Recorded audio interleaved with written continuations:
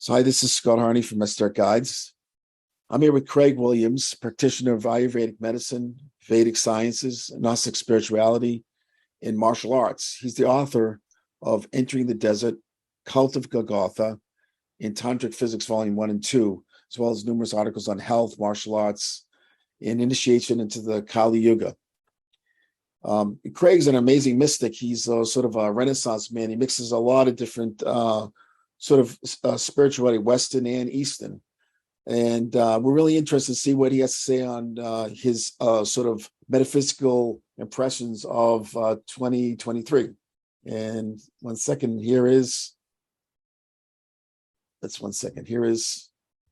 Craig. How you doing, Craig? It's a pleasure to be here. Thank you so much for having me on. Thank you for so that. I look forward to absolutely look forward to hearing. So what's your impression of what are your feelings of like the underlying sort of occult and spiritual currents that are bringing us into the new year? Yeah, I mean, that's it. It's such an interesting thing when we talk about the passing of time, and especially in contemporary society where so many things are feeding into the overall zeitgeist. I mean, from a practitioner of Eastern spiritual practices, I sometimes tell people, I kind of exist on another level of time, right? I mean, we see time going by, but I think one of the things we need to always focus on is our own personal growth, as opposed to just always obsessing about this overall cultural growth. And in particular, if we're talking about like occult spirituality or spirituality in general. And so I'm always trying to get people to look more at their own internal landscape as opposed to obsessing on the external landscape. And of course, there's a synergistic relationship. They're always feeding off each other. But what we really want to do, particularly from a yogic perspective, is we want to develop a state of mind which is flexible, which is adaptable, and which has some type of inner stability where the external circumstances aren't constantly throwing us around like an emotional pinball left and right and left and right. So those are some of the things I constantly always try to talk about and get people to think of. And sometimes it's very challenging, I think, particularly when people are so entrenched in this type of technological storm, and whether it's social media, 24-hour news speak, and then of course what I consider a complete cancer, and that is politics. And so if you have those three things together and people obsess on that, they not only do they not even have any hope of really knowing who they are and how they really feel, then they're just like thrown around based on who's trying to manipulate their consciousness this week. So I'm always trying to get people to spend less and less time being obsessed with what the news says, what the social media says, and more focused on their own internal development. Now, you write a lot about the Kali Yuga. Do you believe that we're in the Kali Yuga? And if so, how long will it last for? I think that's a very interesting question too. And, of course, there's a lot of academic debates on the time frame. For example, from a Vedic perspective, a lot of people argue over whether Sri Yukteswar in his book on the holy science was dating the Kali Yuga correctly. Are there minor yugas within the actual Kali Yuga, minor phases of time? But from my perspective, those things also too can become such an argumentative, nebulous space. So I think everyone, once they're born into this world, is in a Kali Yuga, in the sense that they're entrenched with Maya, they're entrenched with what we call in Sanskrit avidya, or ignorance. And then they have to figure out where they stand in the world, where they situate in the world. And so I think in many cases, we can have this concept of like that there was this mythical time in the past where everything was perfect. I don't believe that. I think that times are always challenging. It's very easy to look back times in the past and think they were better than they are now. It doesn't mean that we have to ignore social trends or things that are going on that might be troubling.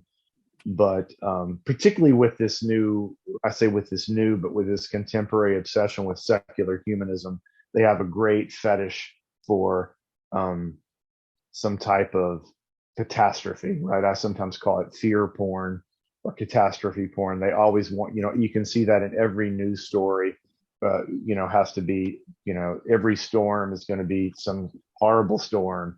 Every event has to be a horrible event. Every day is a horrible thing. And there's never any glimmer of hope. And after a while, that creates a very negative environment and can really affect people. So I think everyone exists in their own Kali Yuga until they find out what their role is in their world, how they want to contribute back to the world. And then I think there's an inverse relationship for how much we give back to the world versus how much we perceive the time frame as Kali Yuga.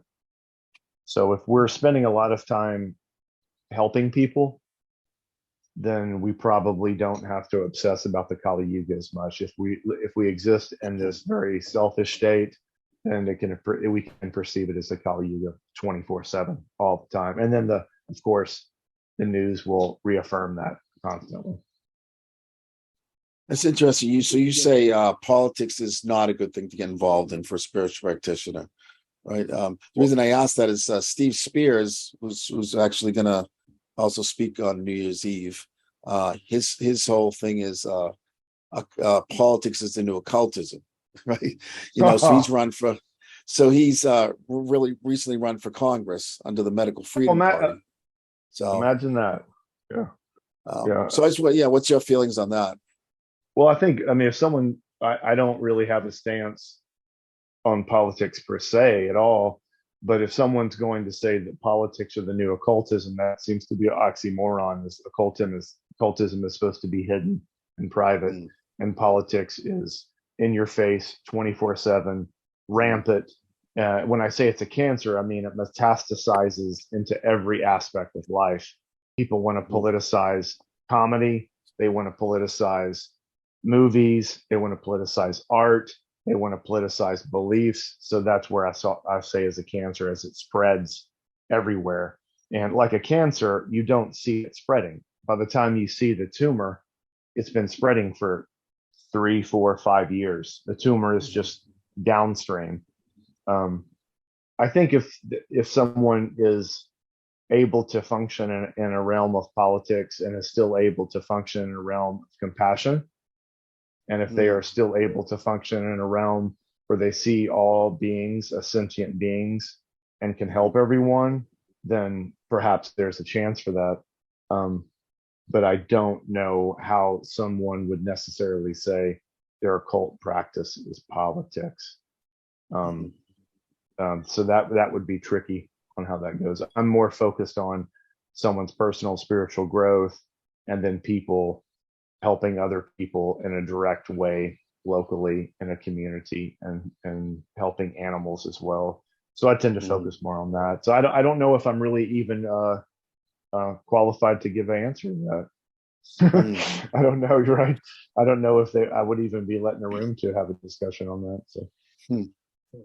Yeah, so I know we're going through the paradigms are shifting very quickly now, the way we deal with media, even approaches to groups. And it seems like even the realm of spiritual groups are changing. People aren't joining, physical spiritual groups anymore. A lot of it's online. This age, the digital age, what's your opinion on the best way for someone to make spiritual progress? That's a good question. Yeah, I mean, I think that there's so much potential for technology. There's a beautiful way of technology to allow us to communicate in ways that we never could imagine to communicate. I mean, I grew up with no social media. I grew up with no email. I grew up with no cell phones.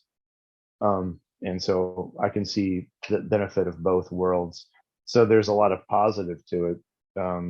As long as it's being used in that way.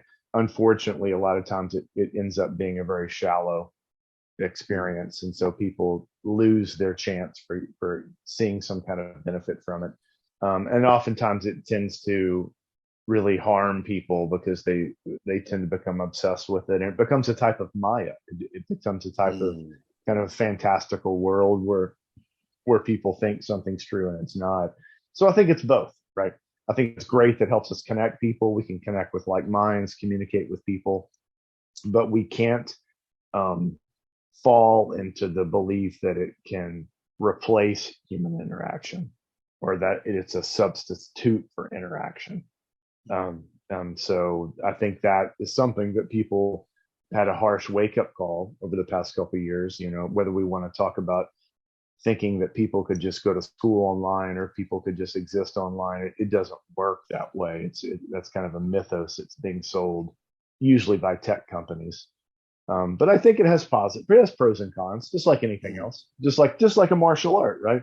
Martial art has a pro and con. It can hopefully teach people some type of discipline, some type of focus, and then some type of kind of respect for humanity. But we also know that a lot of people pursue martial arts and they become bullies. They become horrible people. They can become very violent. So, it depends on who enters into those spheres. But I think technology has a great potential. And hopefully in the future, people will see it as that and start to employ it with that. I tend to be very particular about how I use technology. I be sure that I kind of control it and it doesn't control me. But in the medical field, where I have great access to information now, and it's a wonderful way to communicate with people instantly in ways in the past it would take months or weeks or different things like that. So I think it's interesting. I think it's a gray area, and it's up to us to be mature and be responsible people and use it in a positive way, and that's a big responsibility. So Right. Well, you can see that even you see a lot of these TikTok videos. It's very short, superficial. I think some of the spiritual movements now, they lack that sense of hierarchy or tradition, but then I'm seeing a sort of a backlash where people are seeking out paths, with a tradition, such as your own path. I mean, you have a distinct hierarchy. And can you speak to that at all about this type of path? Yeah, well, I mean, I think everybody kind of has to, find a path that calls to them and speaks to them. I personally believe that the majority of the ways that people will find their path is a result of karma. It will draw them to that path. But we also have to be contributing to that karmic momentum too by trying to seek to be a good student, to honor mentors and teachers when we meet them. And I think the benefit of tradition is that it provides a metaphysics, philosophy, and infrastructure. Just like a martial arts is, if you want to learn a martial art, there's so many amazing schools that have evolved over the years that we don't need to try to create one on our own. You might want to pick one that might call to you in different ways, and then you can follow that. And each one is beautiful, each one in their own way. So I think traditions are like that. Traditions also have to adapt. Traditions grow. I see traditions as a type of kind of active static situation where they're constantly able to morph and grow, because if they become too hardened, then they're just something like in a museum. They're not real. They're not alive anymore.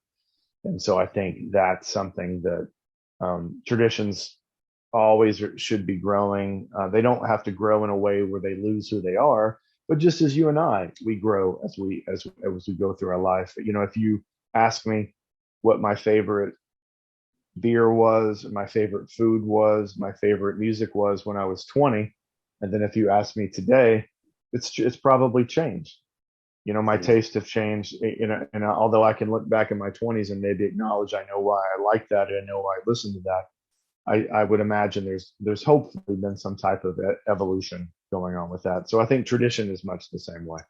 And in the traditions that I've been involved with, whether it's Chinese medicine, Ayurvedic medicine, Kung Fu, or Vajrayana Tantra, or what people might call Hindu Tantra. All those are vast ancient traditions that I've been blessed with being involved with.